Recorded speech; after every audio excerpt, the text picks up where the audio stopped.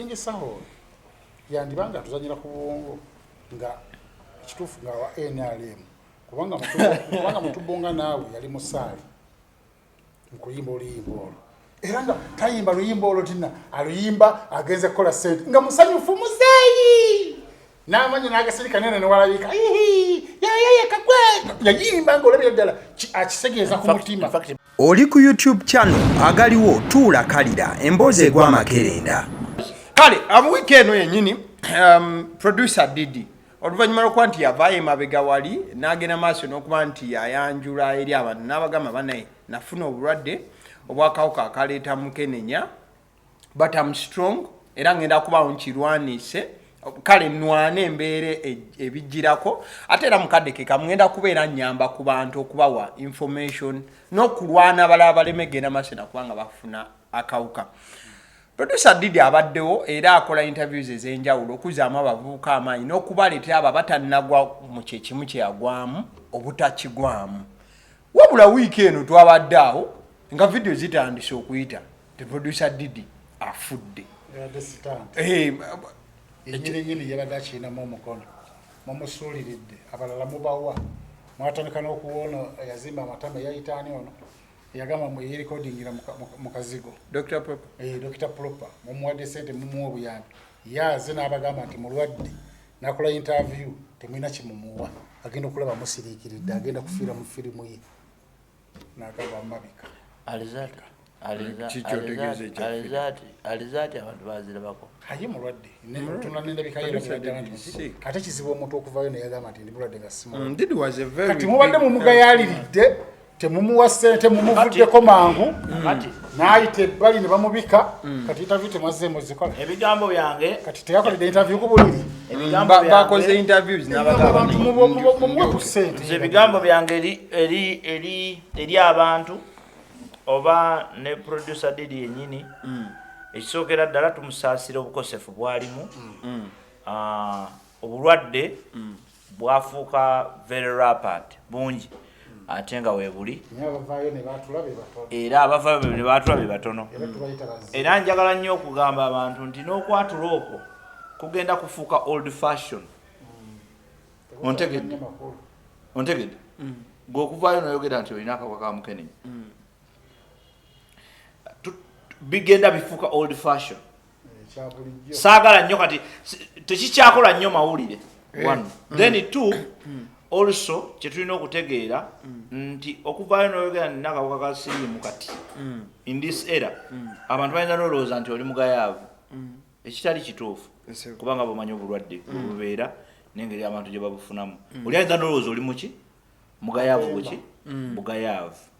So kyenjagala okugamba abantu nti mulekeraawo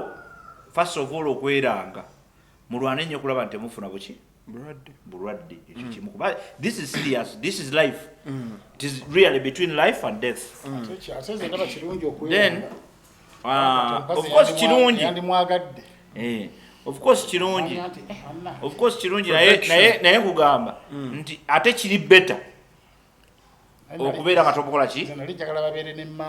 So ekyokubiri ekiri very good oyo musajjawo ekyokubiri ekiri very sensitive ku producer Didi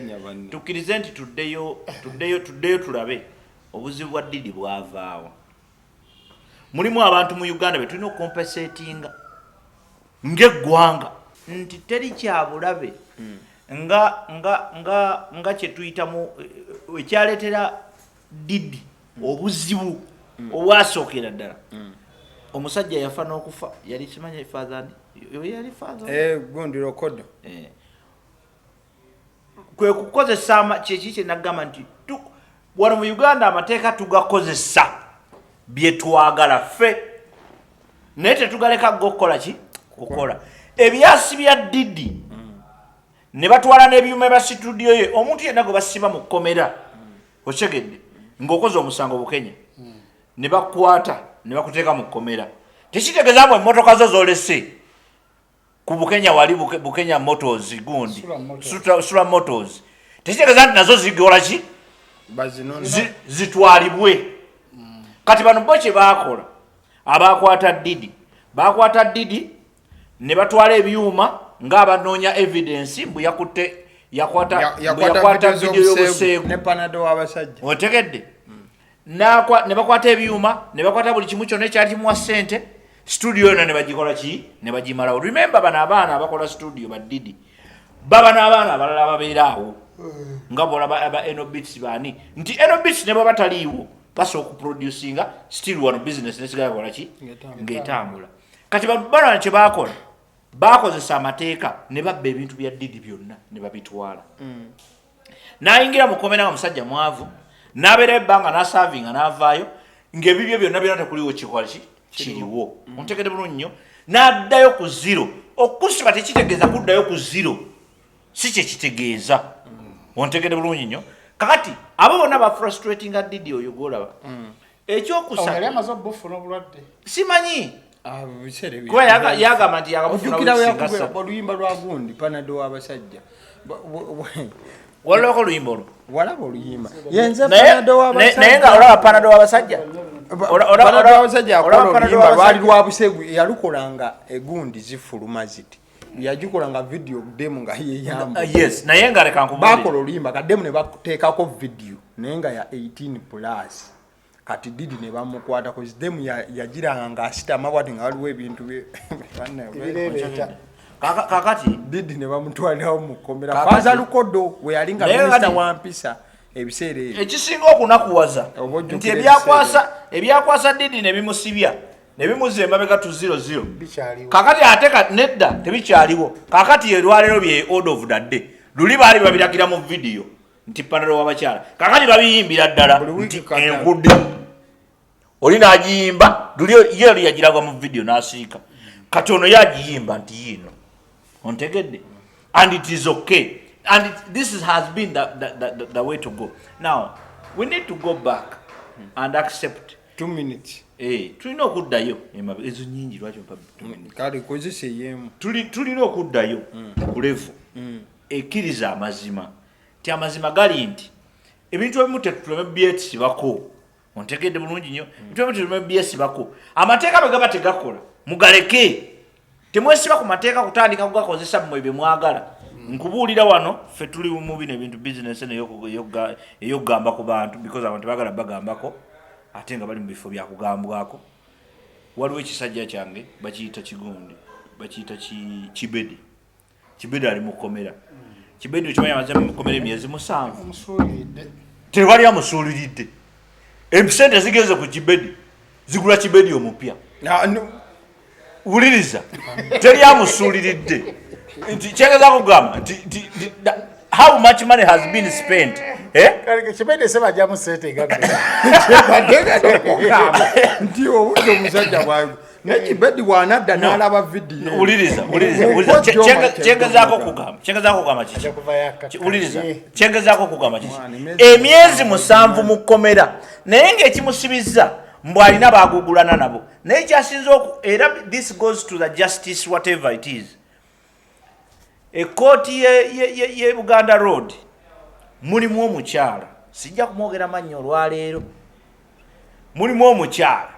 omukyala oyo ate relative muganda wa Siba Kibedi okyegedde kyokka bwe bakwasa fayiro. That is conflict of interest. Omukazi jjo kye yakoze nga tugenze ku kkooti kyewunyisiza kale wekibawo kiriwo ekyo Kibedi agenda ayogere n'omukyala amugambe yenne yamusiba maama gunsinze amugyewa kubanga tuwoyogera bwoto kitegeeza biba bitamu amugyewa uliriza mulina kuba ndulumu uliriza ekiriwo nti Kibedi nga bwe nagamba nti Bukenya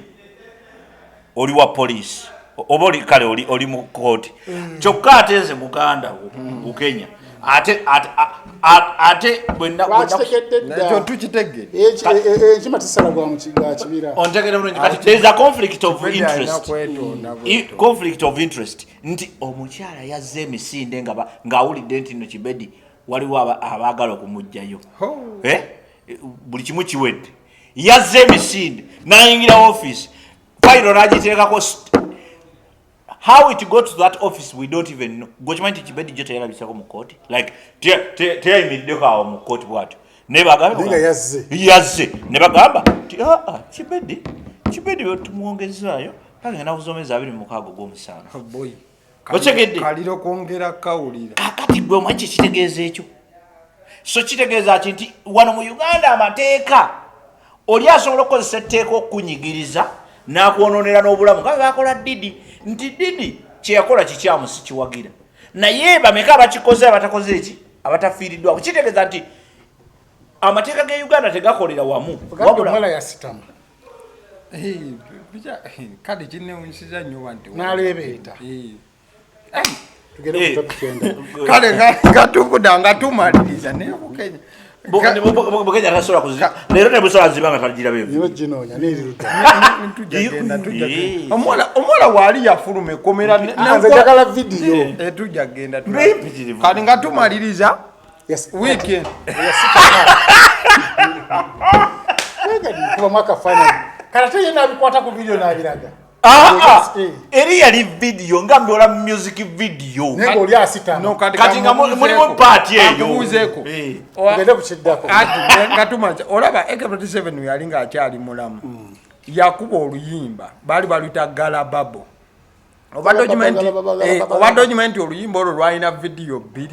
video ya TV ne video y'omuntu wa wansi era ng'okivuddeko ziza bafana yakuba oluyimba lwali lwa pomini oba jayo nteekeyo yakola video 2 eya TV neya muntu wa wansi diziza waliwo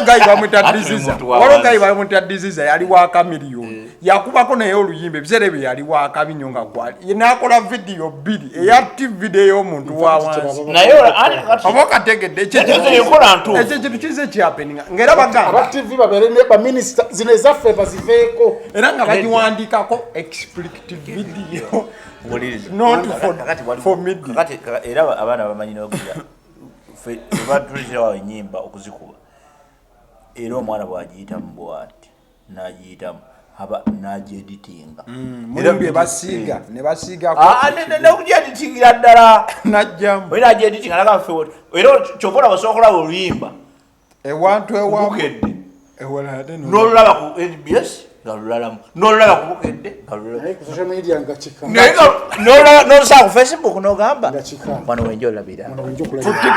kale nga tumaliriza topic ejosembayo amujjukiragayo oli gwe bayita kisa kya Mukama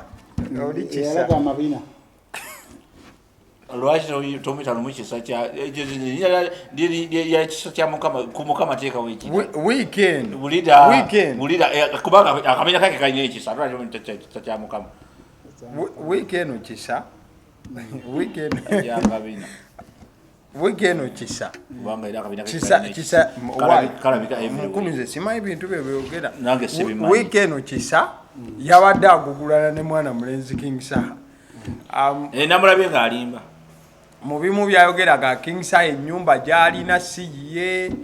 n'ekyapa kyewaka otakiina. People should stop that nonsense. Mamalamu abantu n'abaako n'ejjeno lindako mmaleyo omalayo ki omala ogudde bungi n'abaako n'abantu gwaga nti nno n'omukyala Saha gwalina omukyala oyo wajjeno ate nga Saha ye ali ku luuyi luli bwega ebintu nga biri awo ne ŋŋamba we naasanga Bukenya n'oboti njaba buli ku bintu bya kisa bambuulire ddala kisa ne King Saha bafaaki mu buufu obufaananako bwe butuuka nsooke ne Bukenya kuba kati ono ye tajja kumaliriza wabadde for a week owo mumiro nenge kireeta ekyo ngena taliko okubeera nga wano nga budde bukyali akabakola watoza musooka ne mukola topic gye bayita obote abagenda mu maaso muyoka mumanyiira King Saha kubanga essaawa zino alina ennyimba zayimba ziyatuuma revolutionary songs ng'ate olumu ateekamu n'ebintu ebyobulimba. Alina statement zakola ku TikTok n'agamba ffe ewaffe bajja kwekuba bifaananyi ab'enguudo temumbuuza temubeereyo ne munkulisa nti nga muwonye enfuufu tebakomangawo bajja kwekubisa bifaananyi ne bakola ki oluguudo lw'e Nakawuka essaawa yakakati baalutandika dda abava e Kasanje baavaayo n'abava e Nakawuka ku Kyentebe Road batandika dda okukola era bali mu kukola paka kati niye wadda ku TikTok ng'akola ki so kirungi okwogera ku nsonga ng'eyo kubanga ozuukusa gavumenti yo yeetaga nnyo okuzuukusa bo beebaka nnyo yakunyonyogera era kyekugamba nti Museveni waba yalemera ku bukulembeze gwe tugamba muno ogenda mujjafiira bwereere ekyoba okola akole byakola byalina kukola bituufu nga kyakola kati ekyenguzi otumukakali tugamba nti nno ddala oluguudo lw'e Nakawuka luluddewo nga terukola mu Kampala ebinnya bingi mulabise Kampala ekyo kyo kituufu naye toyongeramu nnyo okusudya kw'amaanyi ate abamu ne balowooza nti King Sahol yandiba nga tuzanyira ku bwongo nga ekituufu nga wa NRM kubanga Mutubonga naawe yali musaali nkuyimba oluyimba olwo era nga tayimba luyimba olwo tina aluyimba agenze kukola ssente nga musanyufu muzeeyi n'amanyi n'agasirika nene newalabika yayeye kakwe yayimba ng'olabira ddala akisegeeza ku mutima bambi yasinga okuyimba ng'akijja ku mutima ng'akijja ku mutima nga alagira ddala nti no talaba nga gavumenti nnungi nga NRM kati bw'avaayo yali ebaddewo mu Uganda nedda tugende mpola yali ebaddewo mu Uganda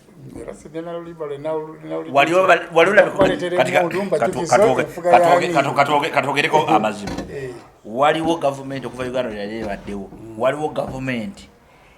yali esinze gavumenti ya Museveni obulungi kati tunagiraba tutya katukuze tusaaliddwa yeriko tobuuza na bibuuzo bya kisiru naawe no ayinza okunimba labayo tuzaaliddwa uliriza no kanjogereko kati awo tuzaaliddwa nze nazaaliwo omusajja yaliko tegeera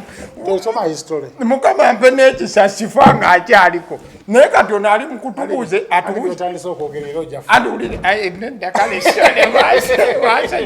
uli omusajja abuuza ekibuuzo mu Uganda walola leyo gavumenti ennungi ngene ezasooka nazira ati katugende mpola kakati era nkyakimbuuziza ye wali ogirabyeko nze siina kyemmanyi kubanga ebbanga eno gyetulabye era nnungi nnyo kuzaaliwo wefundako neeno agoge mazima okusula n'owempi osula n'owaddoti tetugambye nti yesinga obulungi kati ono atunda mmotoka naye asobola okugamba nti UBQ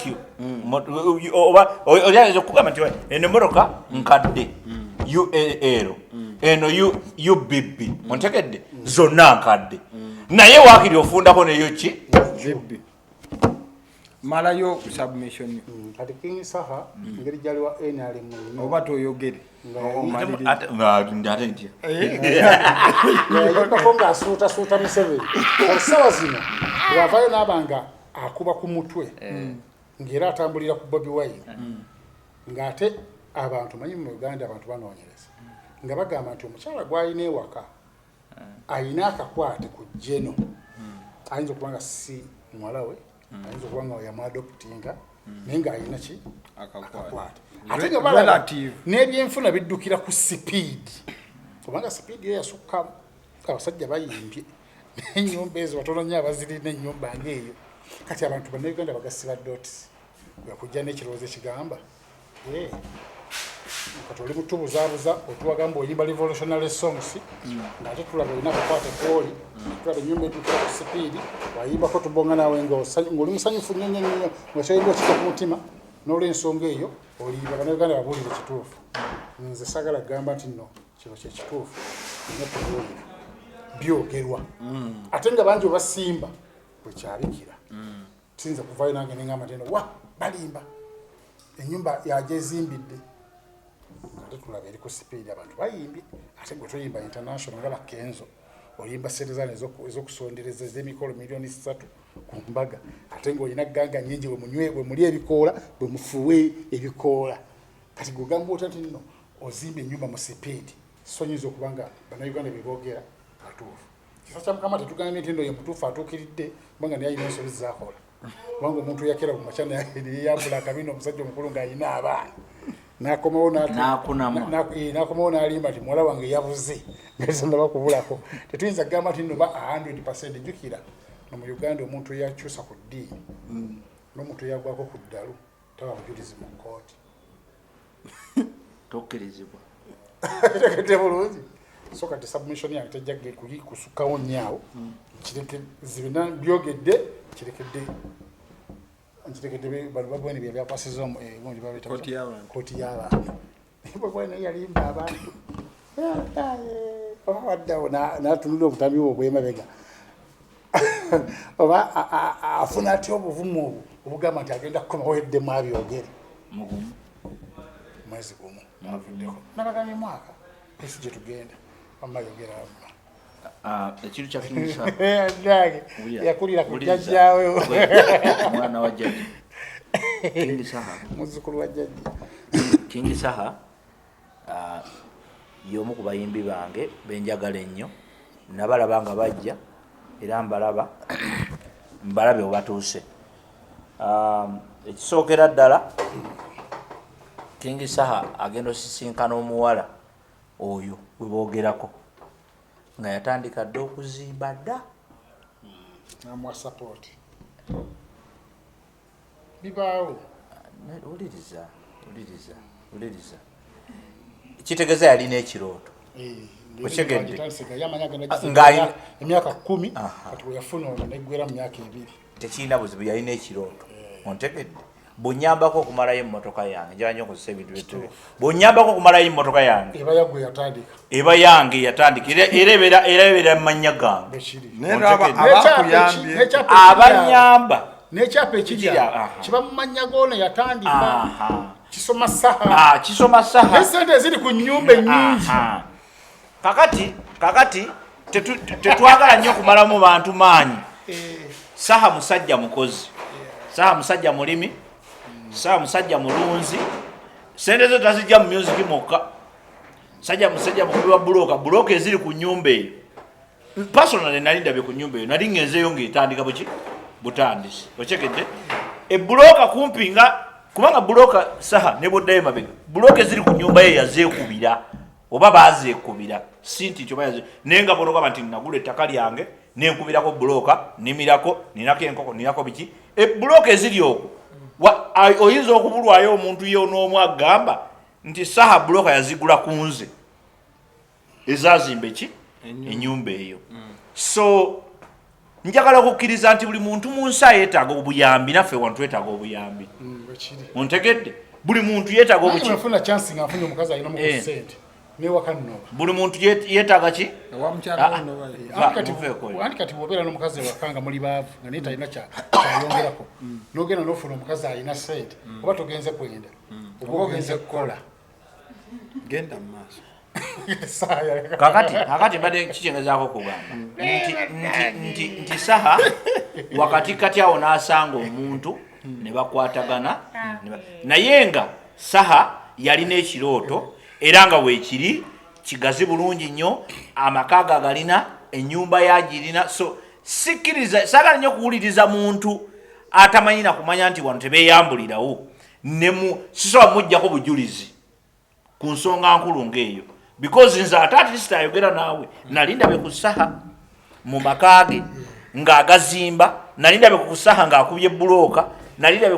kumanya ettaka lya Saha nali ndabyeko ku Saha ngebe byonna tebinabaawo I believe yeetaaga obuyambi era ateeka okuba yali afunye ku buyambi kubanga ne bakuba oluyimba lwatubonga naawe era baabasasula era tomanyi ezo sente zizokwa zezakola ki zezagula ettaka but saagala nnyo omuntu yenna kulowooza nti ekyo kikuwa odasity okugamba nti ennyumba eyo n'olwekyo Saha si ye oba evudde mu gavumenti okyegede mboba evudde mu gavumenti mboba jeno busaba bikibi ebyo byonna byabuyaaye lwaki n'ekyapa kirina lwaki ku matiriyo kakati bino seminti mitayimbwa bintu byammwe senywawo buliti teri muntu atayamba Bukenya mpuliriza Bukenya mpuliriza kutabiva abakyasoma okusasulira ku merchant kaliwa platinum amusasulira ku merchant mumpulize nammwe momo yandibadde mu bintu birala Bugenya ajja kutabula omuntu omubala omuntu akanywa ecupa z'omwenge 12 mbusasulira ku momo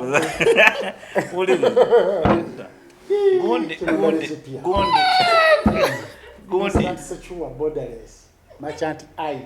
eyo kayoko gisomeye agiteekewaawo agende ku muwendo gwa ssente baba bamubye dda wanywa bbiya wa mwenda bagamba 13 bannange obadde okutenda okumaliriza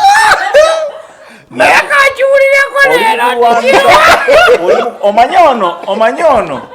nze ndi musajja wa bebekulu nnyo obadde bakumaliriza omusajja agende mu maaso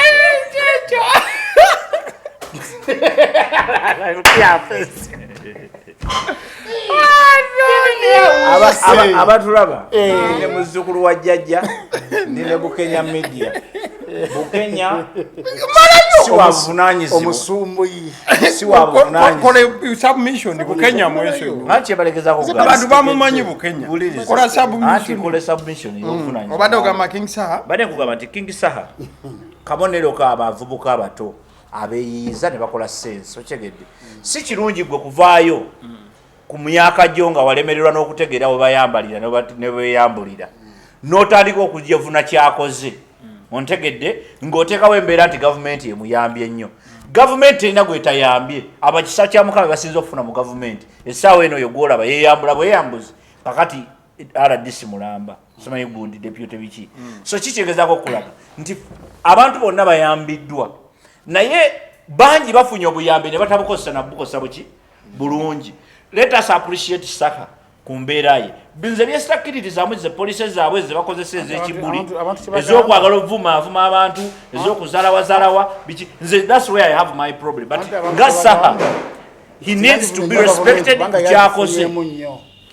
abantu kyebagamba nti teyandifumye nnyo gavumenti kubanga yagifunyemu nnyo anti ekyo awo ensoma basaha bakola bwe bati nti gavumenti negifuna musiddamu gyogera kigambo kyonna olina ogyogerako eyo ensobi gye mukola soogera ku muntu ampa mwogereko omuntu ampa muwa ekitiibwa gavumenti nempa ssente dizizino mpaana eri nenzira ne mukati kati era ye tumwewuunya okubanga ennyumba yina nejjuddeko ssente zivudde wajjemu nedda naawe nedda ekyo kya bulimba bagamba balimba tunategeera tutya nti balimba kati gwotegeera otya nti bituufu anti ono omukyala ono omuwala anti nkuwadde omuwala yasoose zimba ennyumba ku sipiidi basente azijja nedda tayimba alina ettaka yasoose okuyimba mulimi mulunzi abantu bamanyi abantu abalunze kati oli gwolunda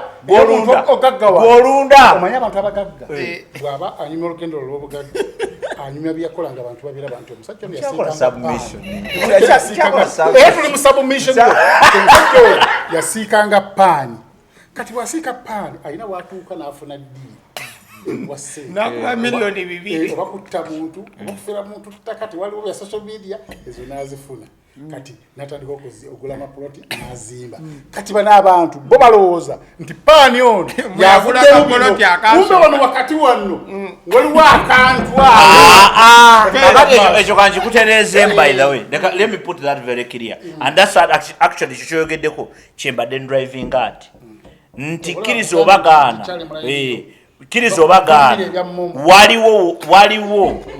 waliwo w'olina okusangibwa bw'oba onooyambibwa ontegedde oteekeddwa okubaako w'osangibwa ku mudaala gwo guno ogwa paani ajjazunga n'ekisawo kya ssente wakiteeka nakaba wa paani soka oteeka ku kisawo kyange mulimu bigoye byawe ogera obikulanga mulimu ssente n'odduka nazo ontegedde naye senga oba wuliriza ku mukwano edda kati omusajja yali alina ekigaali kimamaza keera ku makumi naye sijja mwogera linnya naye nga mumumanyi semberako ku muzina oliwalako ssente ebibokisi nebiggwa nga babagoba nebiggwa omusajja akwata ebibokisi bya ssente nassa mu bidomola wansi ku birubaalo nassaako ebidomola bye n'avuga n'agenda koloti yavuga tadduka yavuga ekigaali yadda waka ng'atereka ssente ze omusajja yasigala akima amazzi omwaka kumala omwaka mulamba kati saa zino yamukuba nannyini ebizimbe biri mu katwabo yagumiikiriza kati bw'omubuuza nti obugagga wabujjawo agamanze nasomba amazzi but that is the right thing kubanga buli lunaku bulijjo kyovala tugamba abavubuka muzuukuke mugende mukole ki mukole nga tolina na mulimu ojja kuyimirirawo walukenya midiya awo wennyini ku mmotoka tolinayo na muntu agenda kugula mmotoka oyimirirawo tulawo omugagga ava eri agambe ono omuvubuka yabajja atuyambeko ontegedde bizinesi evaawo oba sente ozigjeewo okitegedde bulungi so the idea is very simple buli omu ateekeddwa okubaako kyatandikirako oba kyamovingirako kakati ebya King Saha oli kutandika okugamba mbuno bameka gavumenti beeyambye betumanyi obulungi nga sente baziridde buli anti tebadda mugivuma n'okugivuma ne bagiddira ne bagivuma mbakulage oyo yennyini kisa kya mukama yakavuma gavumenti recently wano nga bawadde gundi bwa minisita nga bawadde balamu bwa minisita n'avumavuma naga president fotuwadde ki ye ne bamuwa gundi naye yali talya so the idea is very simple gwe kozesa mutwe gwo okola byolina okukola muve mu byokoza gavumenti erina gwewa ate gavumenti erina gwetawa ideally gwe choose what you want to do tubadde wano kwabaniba obulamu bwebadde nange embeera kusula moto sokologera amanyago bulungi gyokolera zinga yaffe zinga yaffe kusagala tuve wano nga tetukogedde zinga yaffe tuli kitongole ekikkiririza mu mbalirira pozi byamaka buvunaanyizibwa n'embalirira by the way ebintu tutandika okukyankalanya business ffe tuli bazinga yaffe zinga yaffe kitegeeza ekizinga ekyaffe kitegeeza kyekigambo tetukigatta ntegeeza ne Bukenya ali muzinga yaffe weebale nnyo buli muntu wooli oli muzingayo kakati gwe bugamba nti zinga yaffe ne bwoyogera kugamba ekigambo ti zinga yaffe bw'obeera mu makaago obeera ku zingayo zinga yaffe era olina okubeera n'obuvunaanyizibwa kubanga Bukenya kyetwogerako twogera ku bintu ebyo buvunaanyizibwa n'embalirira kyova olaba nti ffe bwe tujja ne tugamba kuba Bobi Wine ne munyiiga oba ne twogera kuba Museveni ne munyiiga lwa nsonga emu nti gwe ne bw'obeera ng'oli mwana ne bw'obeera ng'oli musomesa fe obuvunaanyizibwa baffe obuvunaanyizibwa bwe bumanyi nti ndi musomesa neetaaga kulaba baana nga bayise nga bafuusa abantu abaki abalungi bw'oba oli musawo tukusuubira kubeera mu ddwaliro ng'ojjanjaba so si kutandika kuwoza bw'ate neekalakaasa so the idea is very simple zinga yaffe kitegeeza buli wooli wonna obuvunaanyizibwa bukole then ng'oli eba okuwa embalirira kyabulabe nnyo okubeeraawo ng'ogamba nti nze ndi taata nze kola nina abaana bana naye okubuuza abaana abo jjo baalidde ki notandika okugamba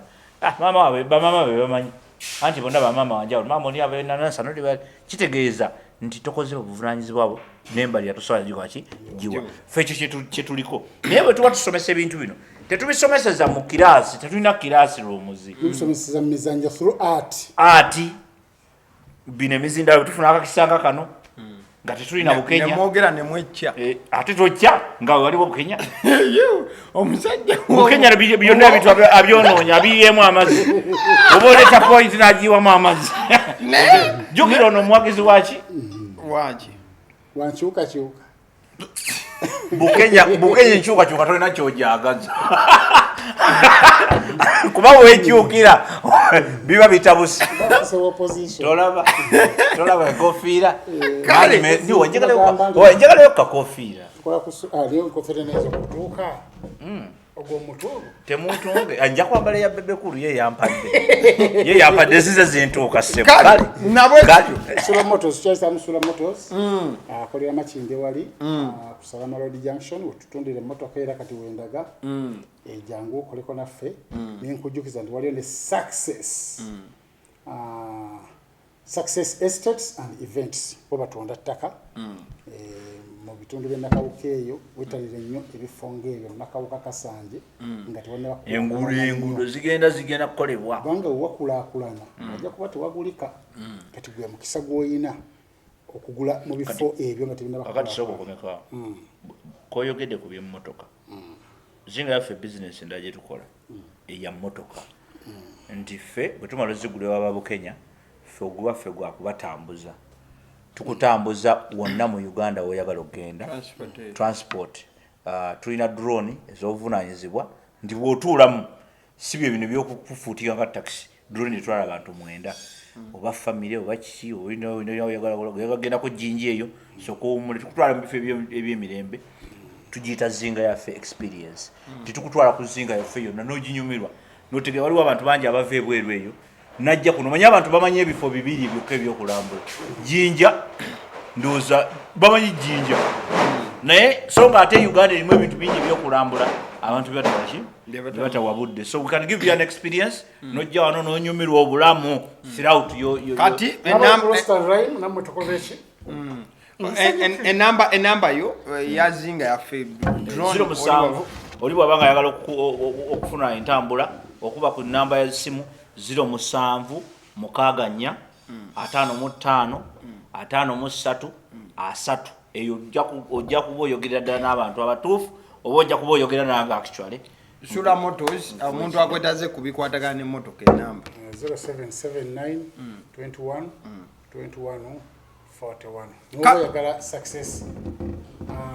estates and events era kubiranze connecting. Alright, kyolina okumanya eno show ebeerawo buli lunaku olw'e Saturday saawa 10 ku YouTube channel yagaliwe manyiddwa eno kyemanyiddwa nga The Weekend Show ate ne ku Sunday saawa 3 ez'okumakya still tubeerako osobola ogenda maaso n'okuba nti nno okeberako olina okubeera nga olikinga video buli lwoba ogenze maaso okuba nga ogisanga ate era mukadeke kamu njagala okutegeeza ku Urban Bar enesangibwa Namuŋona tuka ku Orthodox Church Small Gate then opposite Bukenya mwembi gwe nakumanyira munnigiina biengatto nyabula ono no gwe wagikubye naye badde nkobyawo amaaso ne gwi bakatono ndabanga yezingiridde akaveera ka black mbigere nedda okusinziira ku ye yagikubye omusajja w'omumiro tadde butulifu kyenjagala amanyire